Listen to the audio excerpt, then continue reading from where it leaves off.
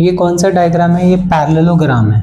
Parallelogram को हम 11 ग्राम भी लिख सकते हैं ना, पैरेललोग्राम 11 ग्राम। तो ये इसकी लेंथ होती है जो बड़ी साइड है, ये ब्रेथ होती है। रेक्टेंगल की तरह है लेकिन थोड़ा सा स्लांटिंग है, 90 डिग्री नहीं होता है इसमें।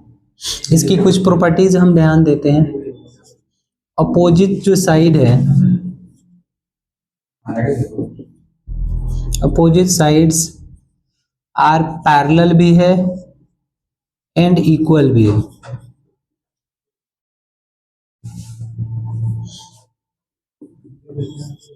अपोजिट एंगल्स इक्वल होते हैं,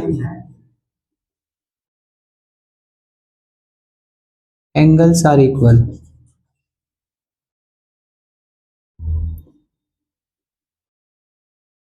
एडजेसेंट ये अपोजिट एंगल है, इक्वल होता है। एडजेसेंट एंगल सप्लीमेंट्री होता है, मतलब जिसका सम 180 हो। Adjacent angles are supplementary. Supplementary मतलब इसका सम क्या होगा? 180 होगा।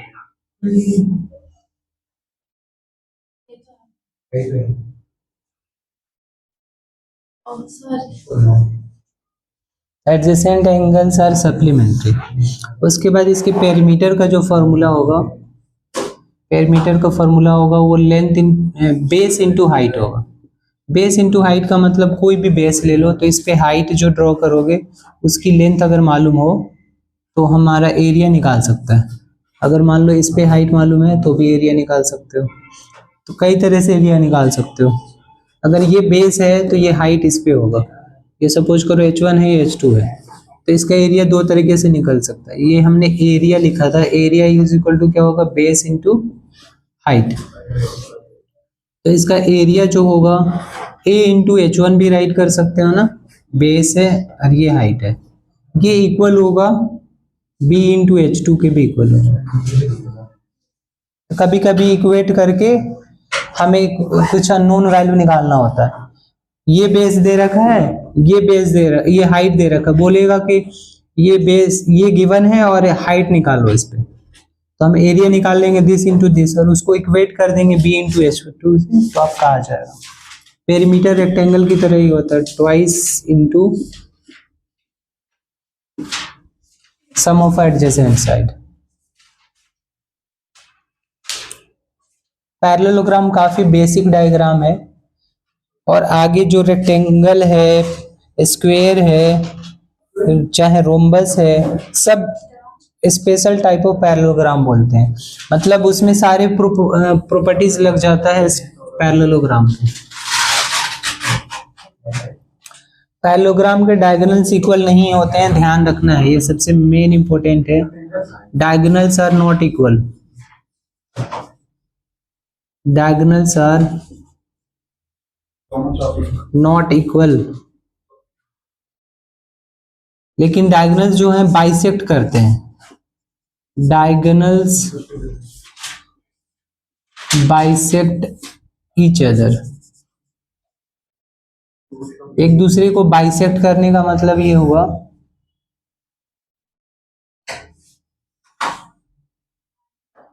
ये पार्ट इसके इक्वल होगा और ये वाला पार्ट इसके इक्वल होगा। बाइसेक्ट का मतलब ये होगा। उसके बाद रोम्बस है।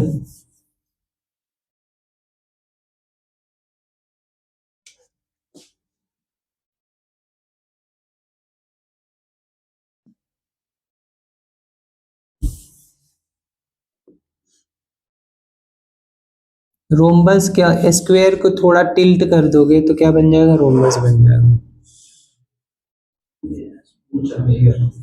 ये रोम्बस है, इसके ऑल साइड्स इक्वल है।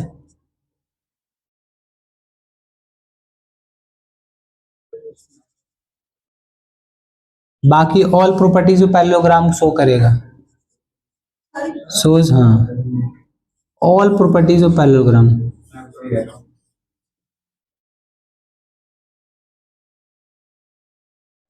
क्योंकि खुद एक पैरेललोग्राम है तो सारी प्रॉपर्टी शोज करेगा। इसमें भी ऑल अपोजिट एंगल का सम 180, अपोजिट एंगल इक्वल होगा, एडजेसेंट का एंगल का सम 180 होगा। और भी जो भी प्रॉपर्टी है, डायगोनल्स बाइसेक्ट करेंगे, डायगोनल्स इक्वल भी नहीं होंगे इसमें, diagonals are not equal.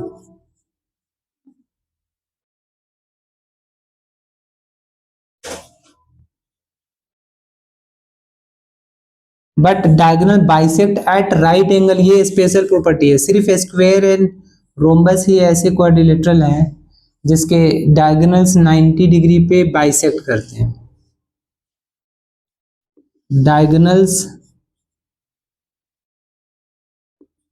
Bisect at 90 degree. इसका भी एरिया जो होगा, एक तो पैरेललोग्राम है तो बेस इंटू हाइट हो जाएगा, और ये अलग भी फॉर्मूला होता है, half d1 into d2, diagonal 1 into diagonal 2 हमारा ये हो जाएगा। पेरीमीटर जो होगा 4 इंटू साइड हो जाएगा। उसके बाद यहाँ पाइथागोरस थ्योरम भी लगता है। अगर मान लो ये डायगोनल 1 है और ये डायगोनल 2 है पूरा, ये पूरा डायगोनल 1 है, ये पूरा डायगोनल 2 है, तो इसका हाफ करोगे और इस पाइथागोरस थ्योरम लगाओगे तो साइड डायरेक्ट आएगा, डायगोनल 1 का स्क्वायर प्लस डायगोनल 2 का स्क्वायर रूट और पूरे नीचे अपॉन 2। एक्चुअली इसका डेरिवेशन ऐसे होगा, देखो ए बी, याद करने reactions, A B C D, ये ओ है, तो जो जो ओ सी होगा वो D2/2 होगा, D2/2 होगा क्योंकि ये पूरा डायगोनल है, और जो OD होगा वो D1/2 होगा। और 90 डिग्री यहाँ पे बन रहा है, दैट मीन्स हाइपोटेन्यूज ये हो जाएगा, तो यहाँ पे CD का square is equal to root under क्या हो जाएगा, OC का स्क्वायर प्लस OD का square, Pythagoras theorem, H square equal to B square plus B square, और स्क्वायर रूट लगा दिया इसमें, तो OC हमारा D2/2 का होल स्क्वायर है, तो ये D1/2 का होल स्क्वायर। इसको सिंप्लीफाई कर लोगे तो ये ऐसे हमारा आंसर आ जाएगा। फिर डायगोनल साइड की length in terms of diagonal क्या आ जाएगा, D1 का स्क्वायर प्लस D2 का स्क्वायर रूट, और पूरे रूट के बाहर 2 होगा यहाँ पे। ये आपका साइड की लेंथ डायगोनल के टर्म में आ गया। रोम्बस में इतने कंसेप्ट सफिशिएंट है, इसमें भी 90 डिग्री होगा, डायगोनल 90 डिग्री पे बाइसेक्ट करेंगे और ये पार्ट इसके इक्वल हो जाएगा और ये पार्ट इसके इक्वल हो जाएगा, अपोजिट एंगल्स इक्वल होंगे, एडजेसेंट एंगल का सम सप्लीमेंट्री होगा, 180 होगा। ये होगा हमारा रोम्बस हो गया। अब एक होता है ट्रापेजियम और एक होता है काइट। काइट एक स्पेशल टाइप ऑफ रोम्बस होता है, लेकिन बहुत सारी प्रॉपर्टीज उसमें फॉलो नहीं होती हैं।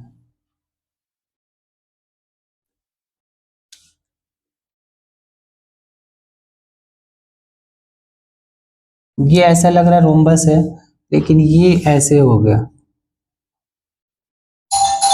इसमें एडजेसेंट साइड इक्वल है।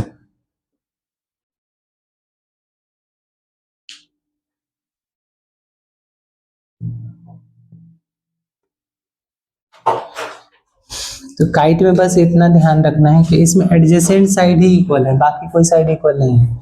और इसमें ये प्रॉपर्टीज ये होती है कि डायगोनल बाइसेक्ट करते हैं लेकिन 90 डिग्री पे, बाकी कोई भी प्रॉपर्टी बाइसेक्ट नहीं कर रहे हैं, ये बड़ा साइड है ये छोटा साइड है, बस डायगोनल इंटरसेक्ट एट 90 डिग्री, यही प्रॉपर्टी होती है। और एडजेसेंट साइड इक्वल होते हैं इसमें, diagonals intersect at 90 degree, diagonal intersect at 90 degree. अब ट्रेपेजियम हमारा है, इसमें कोई फार्मूला नहीं है, इस पे अगर आ गया क्वेश्चन तो देख रहे हैं राइट एंगल ट्रायंगल बन रहा है, यहाँ भी राइट एंगल ट्रायंगल, यहाँ राइट एंगल ट्रायंगल, यहाँ राइट एंगल ट्रायंगल, और ये पूरा डायगोनल अगर गिवन है तो हाफ बेस इंटू हाइट करके भी निकाल सकते हो, है ना। तो दो ट्रायंगल, हाँ 2 ट्रायंगल्स बन रहे हैं। ट्रेपीजियम जो होता है हमारा, कोई फॉर्मूला नहीं है काइट में। ये है आपका ट्रेपीजियम, इसकी पैरेलल साइड है और इसके बीच का डिस्टेंस को हम हाइट बोलते हैं। तो इसका पेरीमीटर क्या होगा, सारे साइड का सम। पेरीमीटर का मतलब हो गया सारे साइड का sum, A B plus B C plus C D plus D. और एरिया इसका इंटरेस्टिंग है, ये फॉर्मूला होता है half A plus B sum of parallel side into height. इसको डिराइव भी कर सकते हैं, अगर करना चाहें तो डिराइव कर सकते हैं। कैसे होगा इसका एरिया, देखो दो ट्राइंगल प्लस क्या बन रहा है, रेक्टेंगल। ये और ये डिफरेंट होगा ना।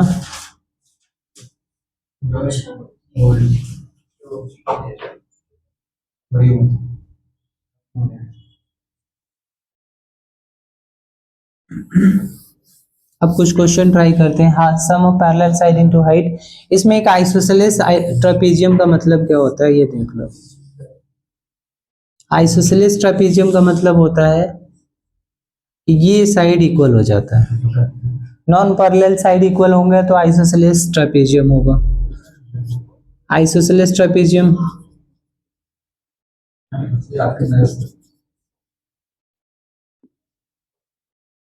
Non parallel sides are equal.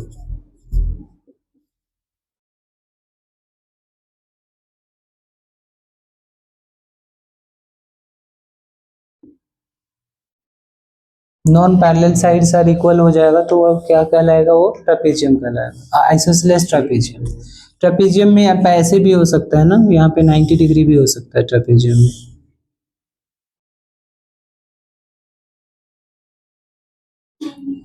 क्या क्या पैरेललोग्राम ट्रेपीजियम है, तो है, लेकिन ट्रेपीजियम पैरेललोग्राम नहीं है। ट्रेपीजियम का बस कंडीशन होता है कि a pair of side are parallel. A pair of side, एक साइड पैरेलल, पेयर पैरेलल है तो पैरेललोग्राम हो गया बस, और कोई कंडीशन नहीं है इसमें।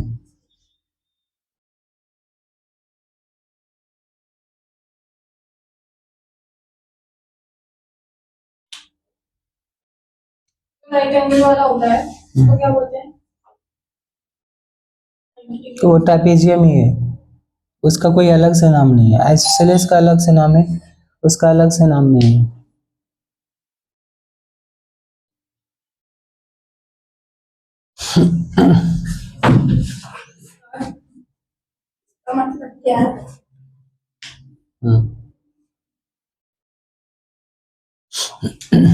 जो पहला क्वेश्चन है उसका आंसर क्या होना चाहिए, 24 आ रहा है। एक रोम्बस है जिसका पेरीमीटर 52, इसका मतलब 13 उसका साइड आ गया ना, 4 इंटू साइड 52 है। और इसके डायगोनल से 90 डिग्री पे बाइसेक्ट करते हैं।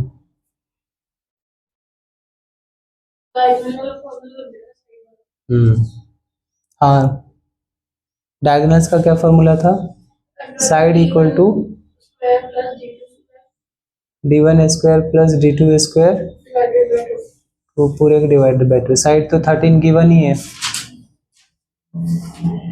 और इसमें मालूम है हमें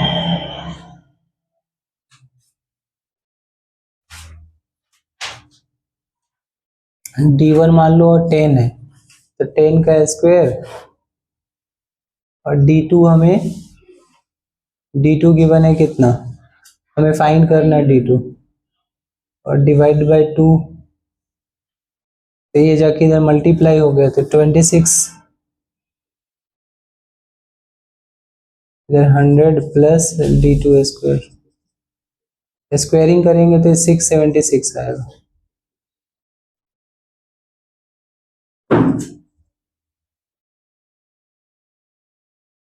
फिर इधर जाकर माइनस हो जाएगा तो क्या हो जाएगा, 576, और 576 जो हो 24 का स्क्वायर होता है।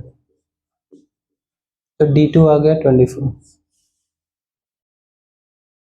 अब एक स्क्वायर इन रोम्बस का बेस सेम है तो उसके एरिया का रेशियो बताना है।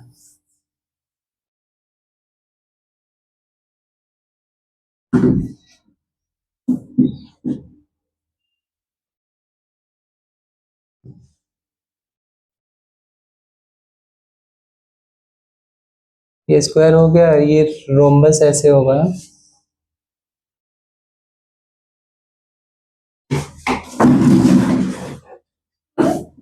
एक स्क्वायर है,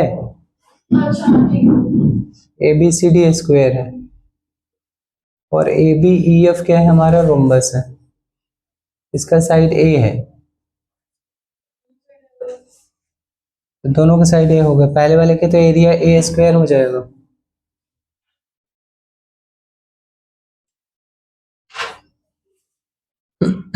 दूसरे वाले का एरिया कितना होगा? वो भी A स्क्वायर ही होगा रोम्बस का। कैसे? स्क्वायर और रोम्बस का एरिया सेम होगा। क्यों? रोम्बस का एरिया एक तो B इंटू एच होता है या हाफ D1 इंटू D2 होता है। A स्क्वायर रोम्बस का एरिया थोड़ी होता है, स्क्वायर का एरिया होता है। अभी देखो पीछे मैंने फॉर्मूला लिखा है, स्क्वायर के एरिया तो A स्क्वायर ही होगा ना। स्क्वायर जो होगा उसका एरिया तो A स्क्वायर होगा। और रोम्बस भी तो क्या है, एक पैरेललोग्राम है ना। रोम्बस भी एक पैरेललोग्राम है तो उसका एरिया क्या होता है? रोम्बस का एरिया बेस इंटू हाइट लगा सकते हैं। इसका बेस A ले लें और हाइट ये है ना, ये भी A ही है, स्क्वायर का साइड है तो ये भी A स्क्वायर हो गया। तो इस केस में जो रेशियो होगा तो वो 1 हो जाता है। वैसे भी 9th क्लास का एक थ्योरम है, अगर कोई दो पैरेललोग्राम का बेस सेम हो और सेम पैरेलल लाइन के बीच में एग्जिस्ट कर रहे हो तो उनका एरिया इक्वल होता है। लेकिन इस केस में रोम्बस का एरिया हमेशा A स्क्वायर नहीं होगा, जब वो स्क्वायर बेस पे होगा ना तब जाके उसका एरिया सेम होगा। क्योंकि इसकी हाइट जो है, इस रोम्बस की हाइट क्या है? रोम्बस की हाइट कितनी हो गई? स्क्वायर की साइड के बराबर। और इसका बेस अगर ये लें तो ये बेस रोम्बस की सारे साइड इक्वल है, ये भी A हो गया तो या इस केस में सेम हो गया।